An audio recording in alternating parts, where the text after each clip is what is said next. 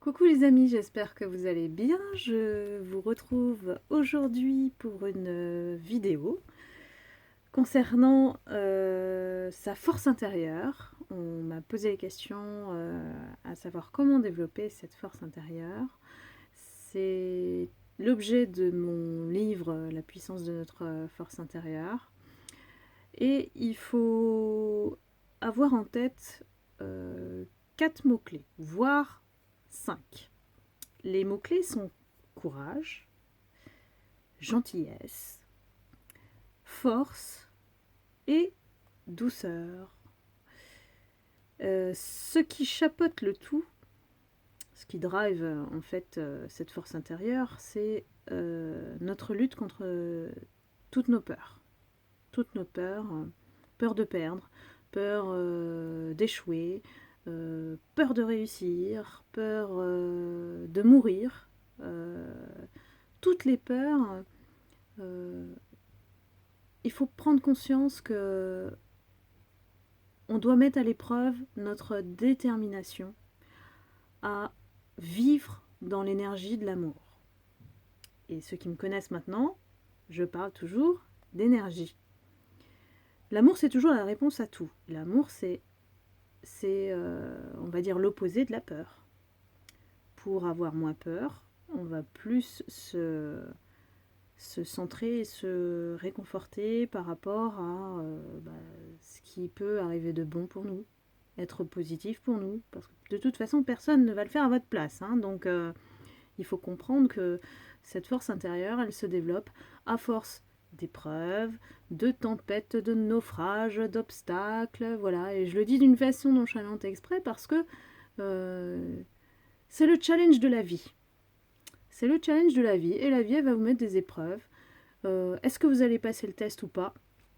Voilà, le seul moyen de le savoir, c'est de sauter.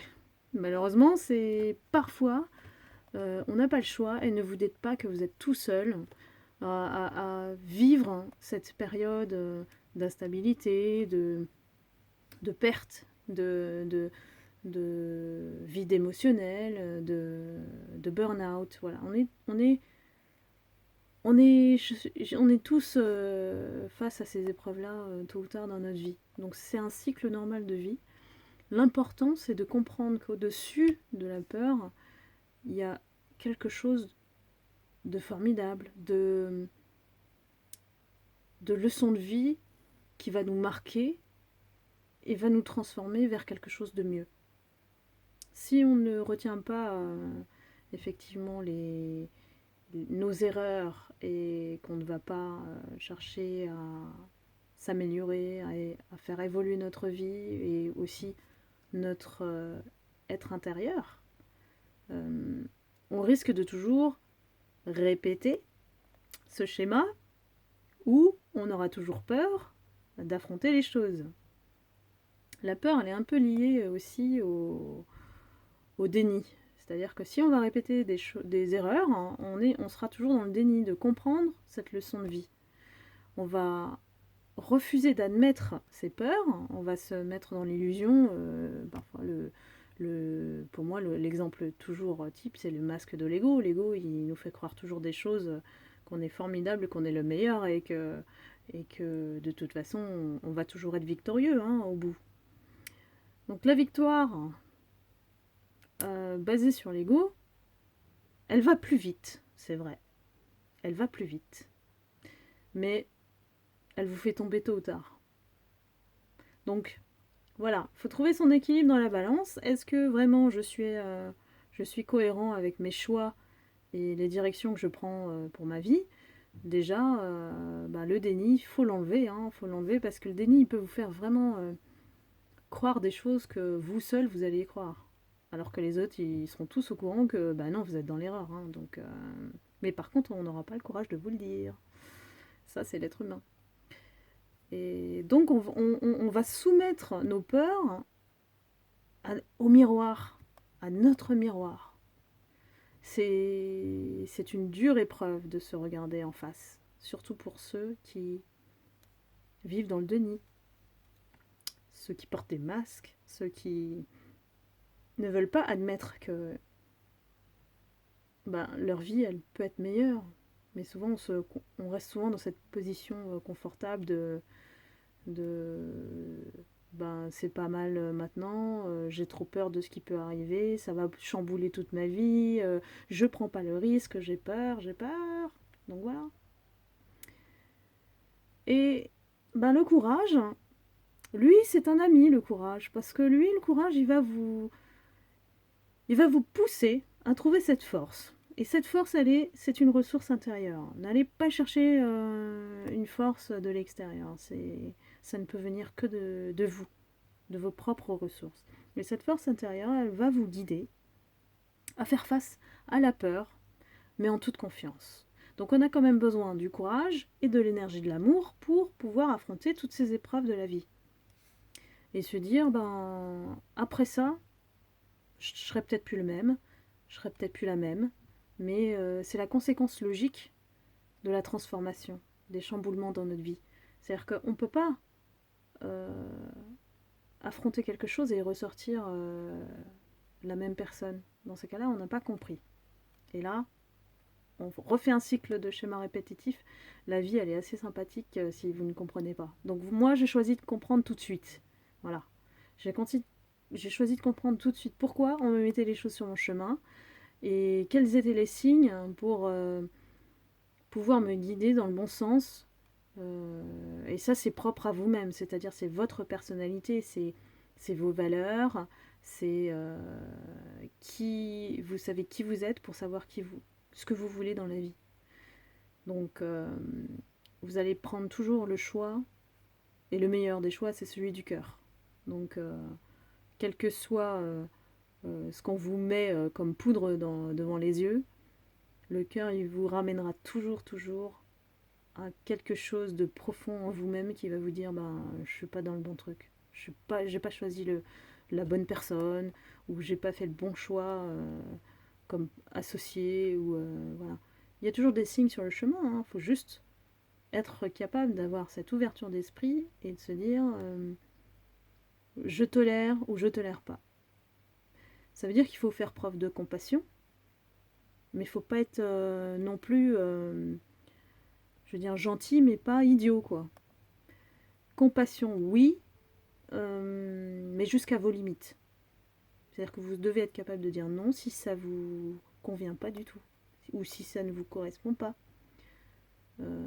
Et ça, c'est un choix qui est logique par rapport à vos convictions profondes, par rapport à rester fidèle à vos valeurs. Et c'est déjà beaucoup de pouvoir rester aligné avec ça. Ensuite, la douceur, on en a besoin, tellement on en a besoin. On est tellement dur avec nous-mêmes qu'on ne s'autorise pas à être doux, à ressentir, ouvrir son cœur, pouvoir trouver ses joyaux intérieurs. Et la douceur, justement, je trouve que ça met une couche de sensibilité, de positif, d'acceptation. Parce que quand on est trop dur, l'inverse c'est quoi ? C'est la douceur. Soyez doux avec vous-même. Je dis, c'est pas une faiblesse de montrer ce qu'on ressent. Ce n'est pas une faiblesse d'être doux. Voilà, tout comme l'inverse, se montrer fort tout le temps, c'est impossible. L'être humain n'est pas fort tout le temps. C'est juste une façade, hein. Voilà, c'est juste une façade, peut-être qu'on essaye de laisser croire à tout le monde. Mais à l'intérieur de nous-mêmes, tout ce qu'on crée, c'est de la souffrance intérieure. C'est le résultat de ne pas se regarder en face, en tout cas. Donc la force intérieure,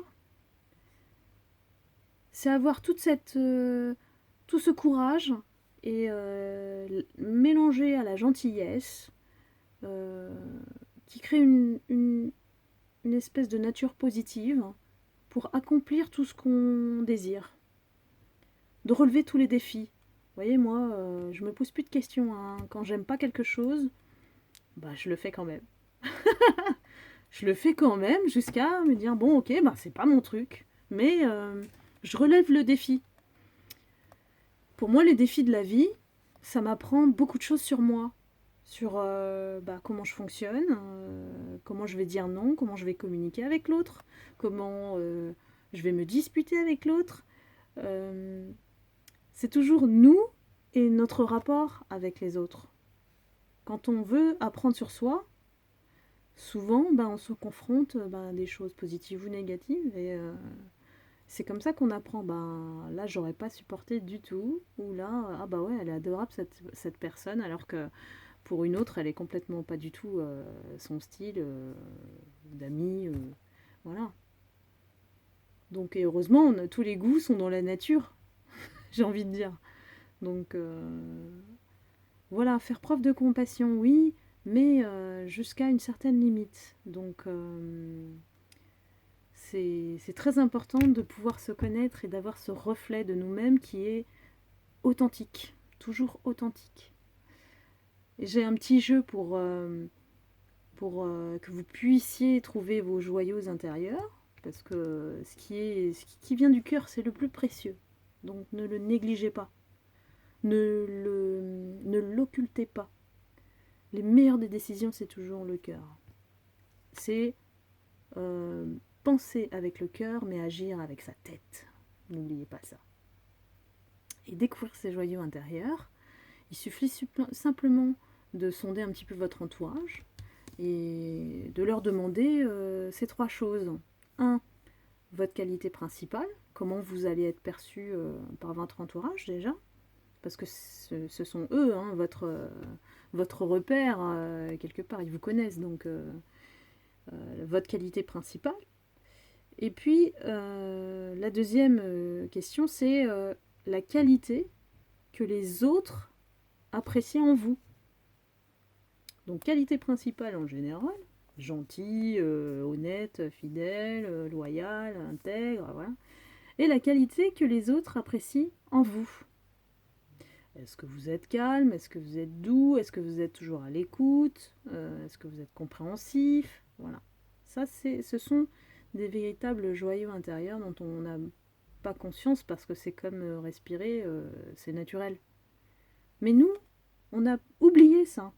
On a oublié ça. Donc avec cet exercice, vous allez pouvoir savoir comment votre entourage vous perçoit, tout en étant neutre. Parce que nous, on n'est pas un très bon indicateur. Souvent, quand on n'a pas confiance en nous, on va dire bah non, je sais pas. Bah non, je sais pas. Alors que les personnes qui ont confiance en elles, elles vont vous répondre très vite. Et puis la troisième question, c'est quelle est la qualité que j'offre au monde? Elle est belle celle-là, cette question. Donc, est-ce que c'est la paix?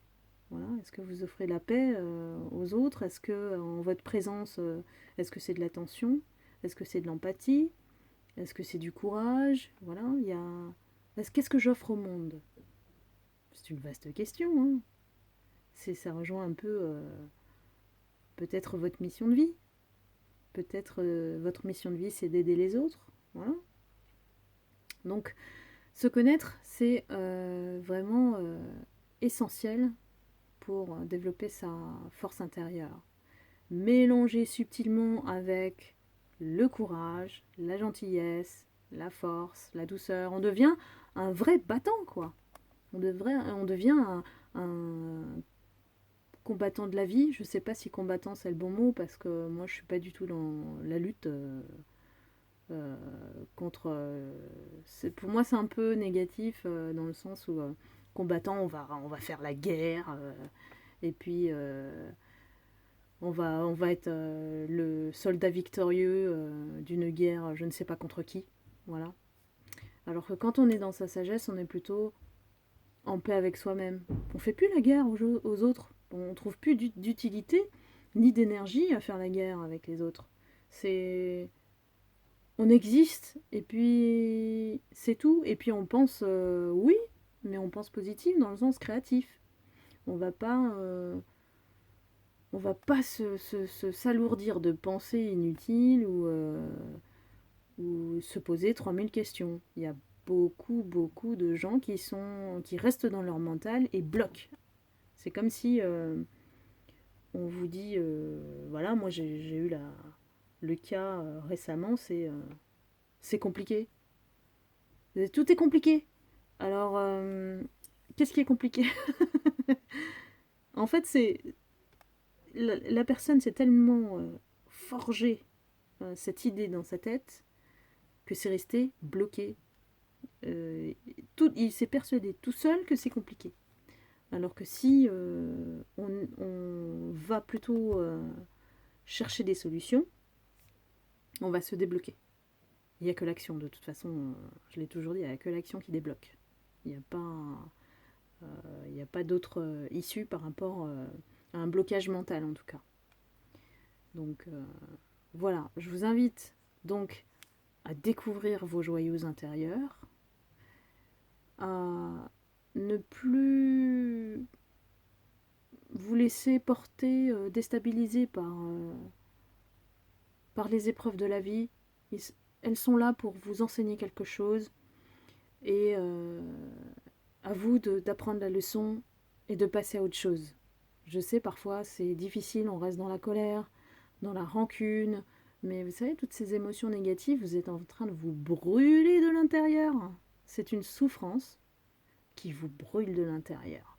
Et moi, je n'aime pas souffrir, donc c'est un chemin de paix sur lequel vous allez devoir conquérir. Le chemin de paix, il n'y a pas plus de dynamique aussi joyeuse que la paix. C'est une dynamique d'évolution personnelle. C'est-à-dire qu'on va toujours penser positif, mais juste. Et c'est l'équilibre le plus dur. Penser positif, mais juste. C'est-à-dire qu'on va pas être dur envers soi-même, on va pas être non plus trop nonchalant, mais être juste. Voilà. Chercher la justesse dans tout ce qu'on fait, et dans notre décision, et aussi dans notre rapport avec les autres. Si on vous agresse, ne l'agressez pas, quoi. Laissez-le. Laissez-le. C'est son histoire, c'est son vécu qui fait que la personne, elle va être sur la défensive. Donc, gardez votre calme. Écoutez, et puis dans ces cas-là, dites c'est bon, ça y est. Moi, il n'y a rien qui me déstabilise, donc c'est. J'ai tellement étudié le comportement humain que pour moi, il n'y a plus de secret. Mais j'arrive toujours à me surprendre moi déjà, parce que je m'ennuie jamais. C'est un truc. Les gens les plus créatifs, c'est effectivement les gens qui se parlent à eux-mêmes. Et moi, je me parle à moi-même tout le temps. Donc, Mais je me parle toujours en positif. Moi, je me nourris en positif. Et je dis merci, et je suis dans la gratitude, tout simplement. C'est